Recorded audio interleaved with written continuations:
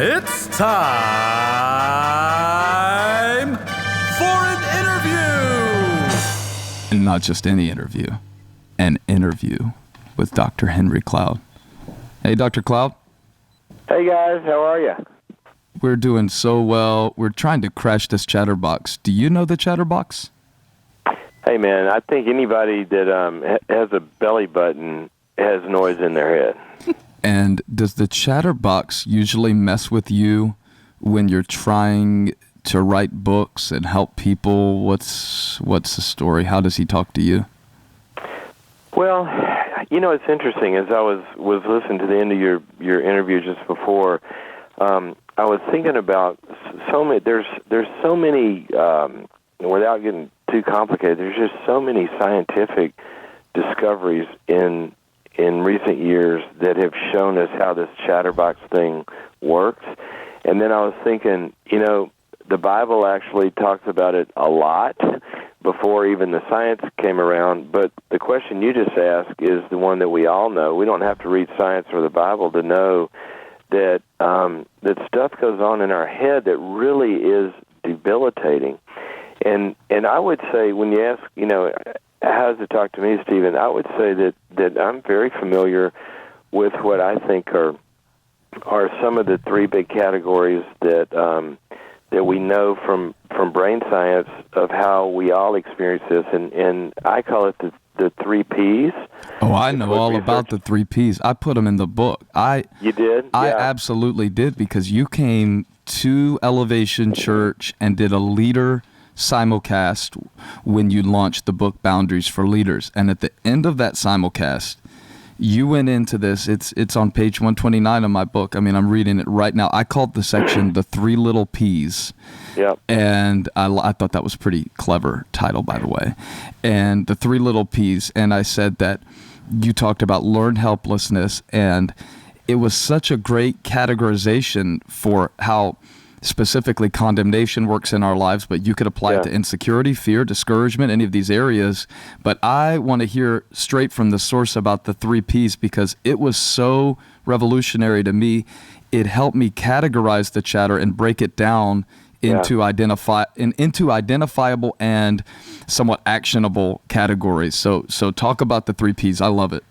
Yeah, it comes from the research on learned helplessness, and basically the three Ps are this: personal, pervasive, and permanent. And what those mean are that when something happens, any event happens, somebody doesn't return your phone call, or somebody doesn't smile, or, you know, anything, can be anything, that a million things could be causing. If we're in a certain state of what you're calling the Chatterbox, we will explain that event in terms of the three Ps. We'll personalize it. Well, I must have done something wrong. Right. Or this project didn't work because I'm a loser. Or I really don't have any talent. Or I'll never be, you know. And there's some way in which it's about us being inadequate. The second P is, well, it's not just this one person that hates me. Everybody hates me. It's pervasive. You know, it's not just this one part of my life. My whole life is upside down. And then the third one is permanent. And we think, you know, it won't be any different tomorrow. Nothing's going to change. And once that permanent thing happens, you know, hope goes out the window, and then we really go into the black hole. Okay, so while I was writing about those three Ps in my book and kind of giving the application that was, you know, really immediate to the idea of condemnation, or maybe a better, more accessible word would be the idea of shame. Yeah. I was on vacation with my family working on the book. And all of a sudden, my 8-year-old Elijah, he is playing, and I tell the story in the book, but I'll tell a part of it now. He's playing with a cornhole board that my mom, who's also in the studio with us today, hi Mom, she had loaned us for our vacation. And Elijah's all of a sudden jumping up and down on a cornhole board. Next thing, it's broken. Next thing, Holly's fussing. And then I hear Elijah say this, and I think this is the exact sentence. What's wrong with me? I always mess up everything. And then he melted down, and I told him he was going to have to help us pay to replace it because he needs to learn to take care of stuff. We got through the little meltdown. But when I sat back down to finish writing, I thought, there they were, all three Ps in one sentence from an 8-year-old. So break it down. What's wrong with me? He made it personal. There's something wrong with me. You know, not only did I break the cornhole board, it's not just a behavior, it's who I am. I always, permanent, it's always this way, mess up everything pervasive. Not just broke a cornhole board. I am now the cause of all of the disasters in the universe. And I thought, there it is, from an 8-year-old in so many ways. That is the Chatterbox and how it works, you know, the 3-piece. So what are examples you've seen of this? You coach some of the most successful people in the world to train their minds and to take their thoughts captive and to begin to redirect these thoughts. Yeah. Give some case studies of ways that you've seen this and then ways you've seen it improve. Well, one of the most important things I think for us to realize in this, and it runs throughout all the case studies and all the ways that they improve, is that what we don't often understand is that the way God designed our brains, pretty much everything we hear inside of our heads are internalizations from experiences we've had or from voices that we've heard. That's the way He just designed us. You know, a kid is a sponge, and when parents teach them the ways of life, they internalize those. It becomes software. It runs the computer for the rest of their lives until the software is rewritten. That's A. B, we're born, every system of human behavior that's ever been studied notices that humans have a tendency to judge themselves very harshly and in an all-or-nothing way. Psychiatry will call it, catastrophic thinking. There's a lot of different ways that people have categorized this, but the Bible says we're born under this law that judges us in a way that if we failed in one thing, we failed in the whole thing. So humans come to the table with an all-or-nothing judgment inside of them. A baby has that when they're born. You can see it the way they judge mommy when she doesn't come immediately, in the screaming.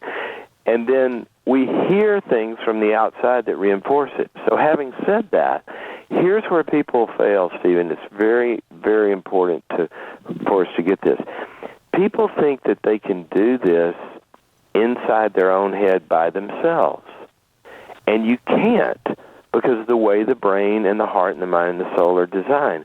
Your previous, conversation said that when the wife speaks into her husband's, noise in his head, what's happened? You've opened up that system, that closed brain chatterbox. You've opened it up to the outside where new voices can speak in, where God's voice can speak in, and where new relational voices than the ones in your past can speak in. And your brain actually begins to internalize that code, and that writes new stuff.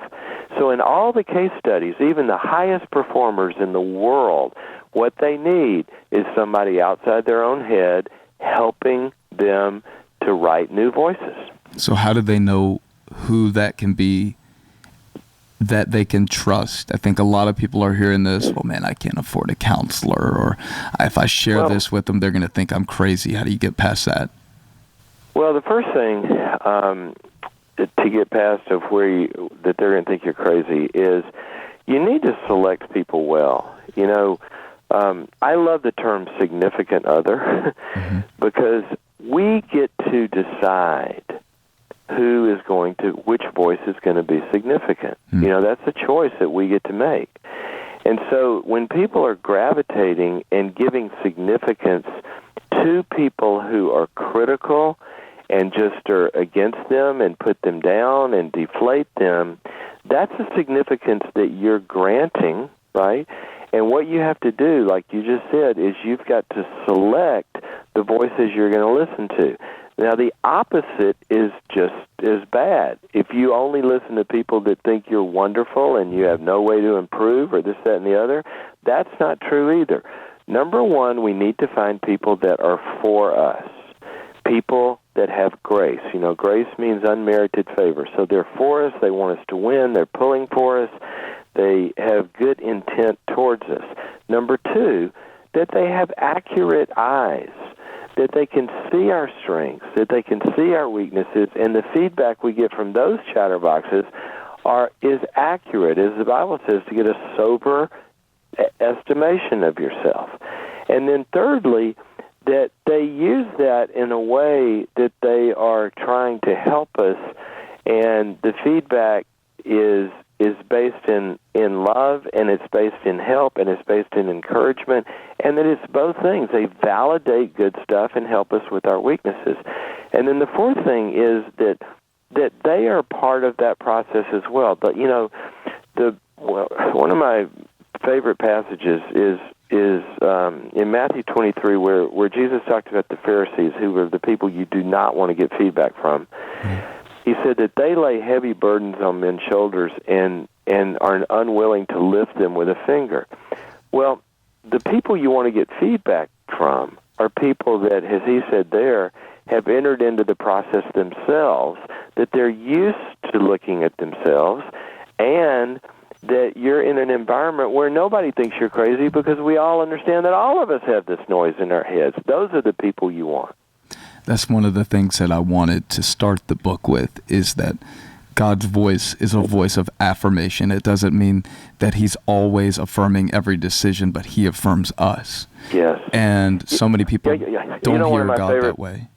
Well, one of my favorite, just incredible passages about that is in James, where he says, if we need wisdom, ask God and he'll give it to us. Yeah. And then the next phrase says, who gives wisdom without finding fault. And so he's looking at us, realizing, you know what, you need to change this a little bit, or you need some insight here to do better. And he's not like nitpicking, finding fault like you loser. He's trying to help. Beautiful. Without finding fault. I've never thought about that verse that way. It's incredible. He gives wisdom without finding fault. That's incredible. That is incredible. Think about the way people relate to kids. There's the fault-finding parent, and then there's the coaching parent. They're very different. I was sharing with my friend Sandy, who is connected to our ministry online. She helps people all over the world. And yesterday we were sharing about that very thing, the favor of God, that God is coming always to us from a position of being for us. And I shared with her, I think you'll like this, Dr. Cloud, I shared with her about a friend of mine who works for a really demanding boss. And he said, I used to find it really hard because when I was getting emails from him, they were always corrective. They always had things I could do better. And I came to him one day, I said, I just don't feel like I can do anything right, and I feel like you don't like me. And his boss said, well, of course I like you. If I didn't like you, you wouldn't have a job. Of course I trust you, believe in you. You wouldn't still be here. He said, your problem is when you get an email from me, you can't detect the tone through the writing. So from now on, I want you to learn to read every email you get from me like I was smiling when I sent it. And he said that changed our relationship because now all of a sudden I no longer saw, and I tell this story in the book to get people to realize that when you see that even the challenges of God are based out of his love for you, that he gives wisdom without finding fault, now you can tell the voice of the enemy from the voice of God, because sometimes I think people don't know how to tell the difference. How do I know if this is God trying to correct me or if this is the enemy trying to condemn me and shame me? What would you say to people who can't get that figured out and straightened out? Very, very important point. Number one is this, that where the Spirit of the Lord is, the Bible says there's freedom. And if you hear a correction in your head and it feels like it binds you and shuts you down and destroys you and puts you into the black hole, then no matter if that information is accurate or not, there's something about it that doesn't have the Spirit in it, because the Spirit will liberate you and use that information to give you, and freedom equals choice.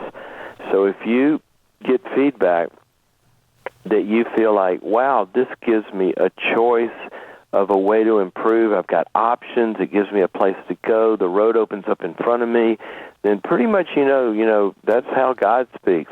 If it puts you in prison where there's nothing you can do and you're powerless and helpless, that's not God. That's not how he works. The second thing is you've got to understand what the Bible says very specifically, and now neuroscience has shown this in spades, is that your brain can give you wrong messages that deplenish your entire spirit and biochemical makeup. The Bible puts it this way: if our heart condemns us, 1 John says, God is greater than our heart and knows all things. And Hebrews says that we have a weak conscience, that our conscience can actually be off. And one of the things we all need is we need to be totally examining what is my stupid brain and my weak conscience and my condemning heart saying to me versus what is God saying to me and what are the people that really care about me saying. And once you learn to distinguish between those voices in those ways, that's really, really important. And it's very important that you learn to just ignore and shut out the chatterbox of the brain voice, to dispute it with the truth, and to keep going.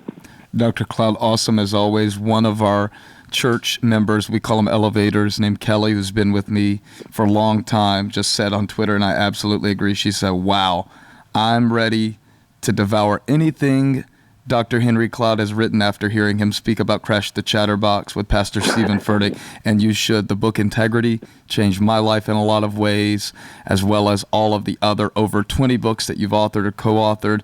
Check him out, drcloud.com. Amazing time talking to you today, Dr. Cloud. Thanks for making time for us. It's always good to be with you, and I'll just use this moment right now. I'm going to invite myself back to your church. You got to come. You got to come, and you got to give me at least 2 sermons that I can show the congregation. We'll pre-record them or something. You and I will tag team a series. Me and you and Lisa will do a 3-part series together. That'd be amazing. If you want Dr. Cloud at Elevation Church, what is it? At Dr. Henry Cloud on Twitter, Dr. Henry Cloud. Tweet him right now and tell him you want him back and you appreciate him. But amazing insight today. I've been taking notes as I've been interviewing you, and I'm going to rip all of this off and give you only partial credit in the near future. There you go. All right. God bless you, my friend. Okay. Good to be with you guys. Thanks.